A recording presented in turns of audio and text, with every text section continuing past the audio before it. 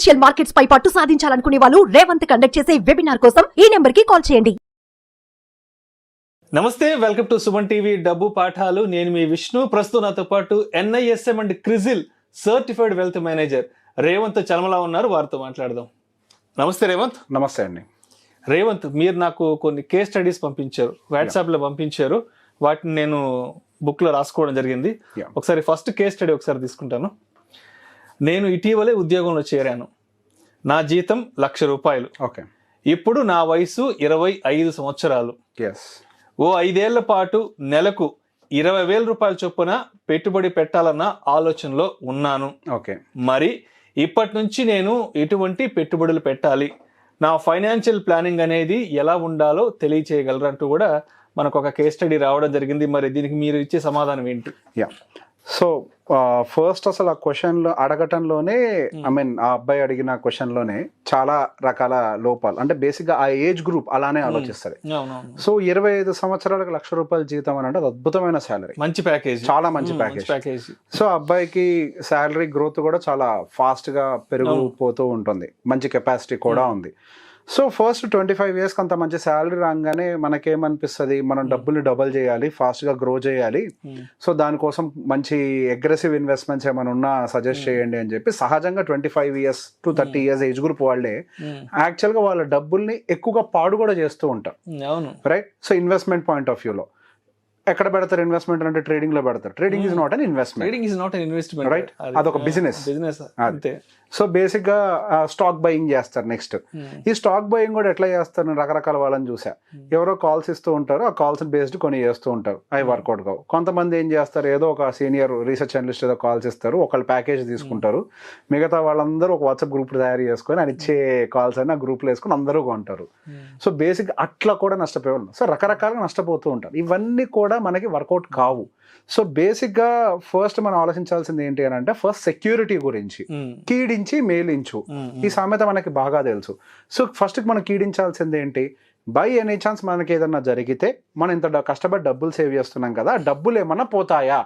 సహజంగా డబ్బులు పోవటానికి ఉండేటువంటి అవకాశాలు ఏంటి, మనకి ఏదన్నా హాస్పిటలైజ్ మనమైనా ఇష్యూ ఉంటే, లేదా మన పేరెంట్స్ అయితే, లేదా మనకి ఏదైనా యాక్సిడెంట్ జరిగి డిజేబిలిటీ జరిగితే, సహజంగా ఇట్లాంటి కేసెస్ లో ఫస్ట్ మనకి మనం సంపాదించి దాచిపెట్టిన డబ్బులు కూడా పోతాయి, ఫైనాన్షియల్ లాస్ అనేది ఎక్కువ ఉంటుంది.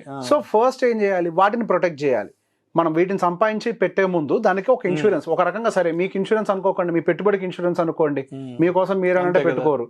ఫస్ట్ ఒక health insurance first early age లో తీసేసుకోవాలి. సో హెల్త్ ఇన్సూరెన్స్ అనగానే మీ వరకు కాదు, అండ్ అది మీ పేరెంట్స్ కి కూడా తీసుకొని ఉండాలి. సో మీ పేరెంట్స్ కి వచ్చినా కానీ బాధ్యత మీదే అవుతుంది కాబట్టి మీ పేరెంట్స్ కి కూడా మీరు ఒక హెల్త్ ఇన్సూరెన్స్ తీసుకోండి. కంపెనీ ఇన్సూరెన్స్ మీద డిపెండ్ అవ్వద్దు, బయట సపరేట్ ఇన్సూరెన్స్ ని మెయింటైన్ చేయండి. అండ్ నెక్స్ట్ మీ శాలరీకి అనుకూలంగా మీరు ఒక టర్మ్ ఇన్సూరెన్స్ తీసుకోండి. ఈ అబ్బాయికి ఖచ్చితంగా 3 కోట్లకు టర్మ్ ఇన్సూరెన్స్ వస్తుంది.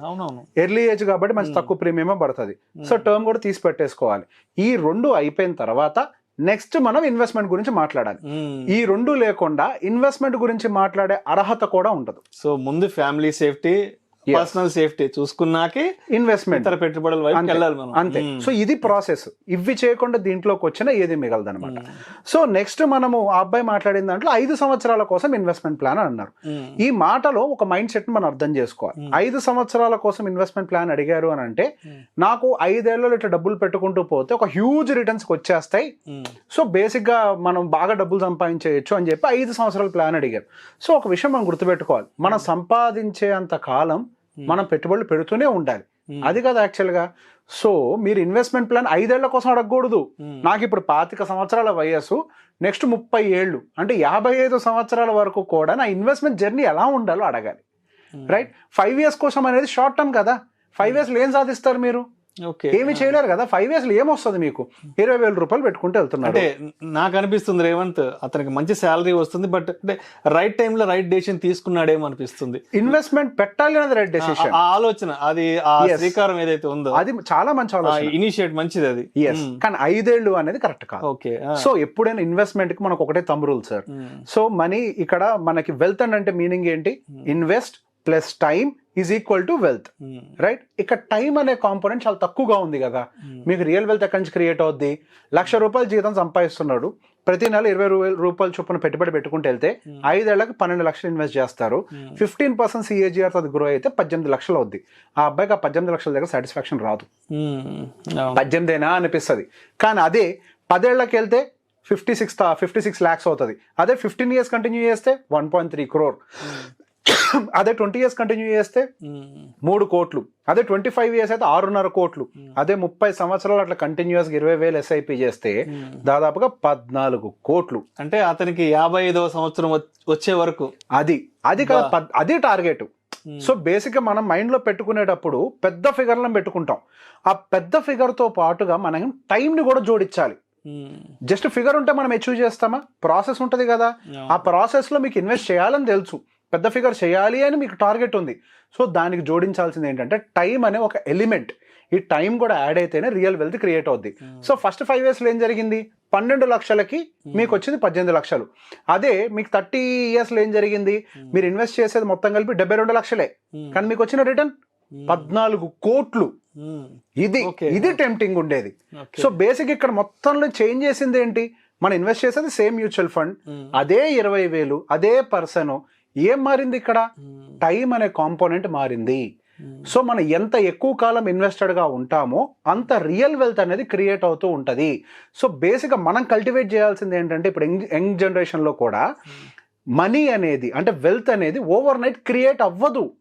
వెల్త్ అనేది ఎప్పుడైనా కానీ ఒక క్రమ పద్ధతిలో దానికి టైం జోడిస్తేనే ఒక వెల్త్ అనేది క్రియేట్ అవుతుంది.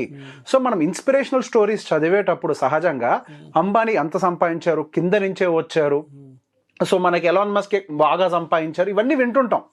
వారెన్ బఫెట్ సంపాదించారు, రాకేష్ జుంజున్వాలా సంపాదించారు. వాళ్ళందరూ ఏమన్నా రాత్రికి అయ్యారా? వారెన్ బఫెట్ గారికి ఎప్పుడు రియల్ వెల్త్ వచ్చింది?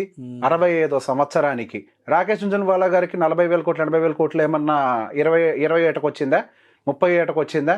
ఆయనకి అంతే 65 ఏటకి ఇప్పుడు బాగా వెల్త్ క్రియేట్ అయిందని చనిపోయే టైంకి ఆయన స్టాక్స్ వాల్యూ దాదాపుగా 25,000 కోట్లు ఇదంతా ఉన్నట్టుంది stock value somewhere around. So basic గా మనకి ఒక వెల్త్ క్రియేట్ అవ్వాలి అని అంటే దానికి టైం ఉండాలి. ఎప్పుడైతే మనం టైం అనే కాంపోనెంట్ ని డిలీట్ చేస్తామో, టార్గెట్ ఉంది, ఇన్వెస్ట్మెంట్ అమౌంట్ ఉంది, టైం అనే కాంపోనెంట్ మనం మర్చిపోయి డిలీట్ చేస్తామో తప్పుడు అడుగులు పడిపోతాయి. ఆ తప్పటి అడుగులే ఈ రోజు బెట్టింగ్ల వైపు దారితీస్తున్నాయి, ట్రేడింగ్ల వైపు దారితీస్తున్నాయి. ఈ రకరకాల స్కామ్ యాక్టివిటీస్ చేసే వాళ్ళ చేతుల్లోకి వెళ్ళి పడిపోతున్నారు. రైట్? సో మన మైండ్ లో ఎప్పుడైనా టైం అనే కాంపోనెంట్ ని సీడ్ లాగా నాటేయాలి. ఈ జనరేషన్ వాళ్ళందరూ గుర్తు పెట్టుకోవాలి, టైం లేకపోతే వెల్త్ లేదు. వెల్త్ అంటేనే టైం. మీరు పెట్టే ఇన్వెస్ట్మెంట్ నథింగ్. మీరు పెట్టేది 72 లక్షలే, కానీ యాక్చువల్ వెల్త్ అంతా క్రియేట్ చేసింది time. Time is working for you, not your money actually. So give time for your investment. Right. So ఈ పద్ధతిలో 30 సంవత్సరాలు కనుక ప్లాన్ చేసుకుంటే 14 కోట్లు అంటే జస్ట్ ఇమాజిన్ 10% రిటర్న్ వచ్చినా సంవత్సరానికి he will make 1.5 crore. ఎందుకంటే అతను 25 సంవత్సరాల వయసు అప్పటికే దాదాపు నెలకు ₹1,00,000 సంపాదిస్తున్నాడు అంటే నెక్స్ట్ 20-30 ఏళ్ళకి పెంచగలుగుతాడు SIPని.